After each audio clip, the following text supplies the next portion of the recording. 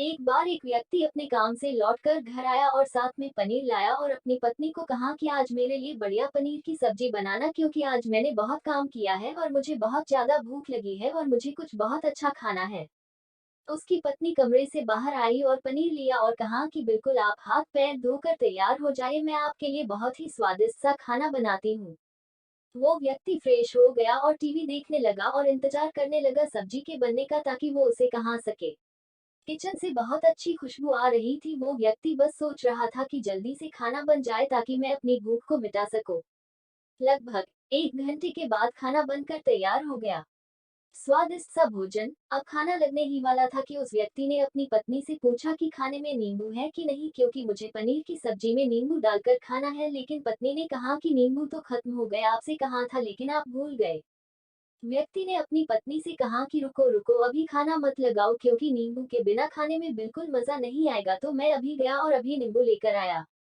वो व्यक्ति वापस से कपड़े पहन कर तैयार हुआ और नींबू की पास वाली दुकान पर गया। जब वहां पर देखा तो नींबू नहीं थे। उसका दिमाग क्रोध से भर गया। उसने सोचा कि यार, उसके पास नींबू नहीं है, चलो थोड़ी आगे वाली दुकान पर जाता हूँ, शायद वहां नींबू मिल जाएगा। वो थोड़ा और आगे गया लेकिन वहां पर भी नींबू नहीं मिले। अब उसने सोचा, दूर की सब्जी मंडी चला जाता हूँ, वहां से नींबू लेकर आऊंगा, क्योंकि नींबू के बिना सब्जी में मजा नहीं आएगा। करीबन आधे घंटे के बाद वो करीब की सब्जी मंडी में पहुंचा। वहां पर उसे नींबू मिल गया और वो बहुत खुश हुआ कि चलो, नींबू मिल गया और अब मैं घर में जाऊंगा और सब्जी में नींबू डालकर अच्छे से सब्जी खाऊंगा। अब वो खुशी खुशी नींबू लेकर घर आया और अपनी पत्नी से कहा कि जल्दी से सब्जी गरम कर दो, रोटी गरम कर दो और नींबू का, ताकि मैं अच्छे से खाना खा सकूं। अब थाली लगाई गई, सब्जी परोसी गई और नींबू रखी गई। उसकी पत्नी सामने ही बैठी थी और वो व्यक्ति थोड़ी देर के लिए कुछ सोच में पड़ गया। उसके बाद उसने नींबू की प्लेट उठाई और दरवाजे से बाहर की ओर फेंक दी और जोर जोर से चिल्लाने लगा, मैं जीत गया, मैं जीत गया। पत्नी ये देखकर घबरा गई कि कहीं ये पागल तो नहीं हो गए, इन्होंने सारे के सारे नींबू दरवाजे से बाहर की ओर क्यों फेंक दिया।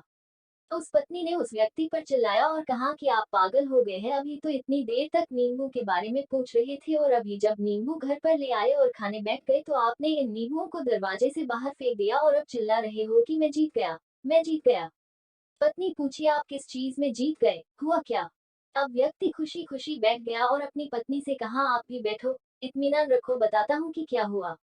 आज सुबह से ही मेरी जीत मुझे अपने बस में करने की कोशिश कर रही थी। जब मैंने बहुत काम कर लिया तब मुझे बहुत तेज भूख लगी। जब मैं घर पर आया तो तुमने बहुत ही स्वादिष्ट सब्जी बनाई, उसकी खुशबू मेरी नाक में गई। फिर मेरी जीभ ने कहा कि इसे अब नींबू चाहिए। मैं पास वाली दुकान पर गया लेकिन वहां नींबू नहीं मिले। थोड़ी और दूर गया, वहां पर भी नहीं मिले। तो मुझे उसने और दूर लेकर गई। मैं उसके वश में आ गया और जैसे ही वह कहती रही वैसा मैं करता गया। अब मैं वैसा ही करता गया जैसा वो मुझसे करवाती गई, लेकिन अंत में मैंने विजय प्राप्त कर ली। मैंने उसे उठाकर बाहर फेंक दिया और कह दिया कि तुम्हारा मुझ पर कंट्रोल नहीं है, बल्कि मेरा तुम पर कंट्रोल है और मैं जीत गया। क्या आपको समझ में आया कि कैसे अपने इच्छाओं पर विजय प्राप्त करें?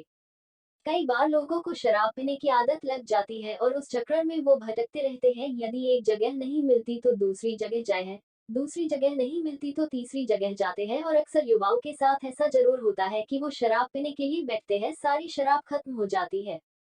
उसके बाद एक ना एक व्यक्ति जरूर कहता है कि यार और चाहिए के चक्कर में शराब ढूंढने के लिए निकलते हैं। देर रात हो जाती है, वो भटकते रहते हैं, एक जगह नहीं मिलती तो दूसरी जगह जाते हैं, दूसरी जगह नहीं मिलती तो तीसरी जगह जाते हैं और अपने समय, पैसे और अपने आप को बर्बाद करते रहते हैं।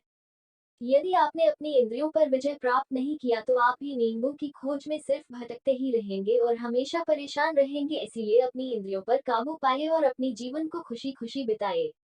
आशा करता हूँ कि इस स्टोरी के माध्यम से आपको कुछ न कुछ सीख जरूर मिली होगी। अगर मिली हो तो अपने दोस्तों के साथ ज्यादा से ज्यादा शेयर जरूर करें।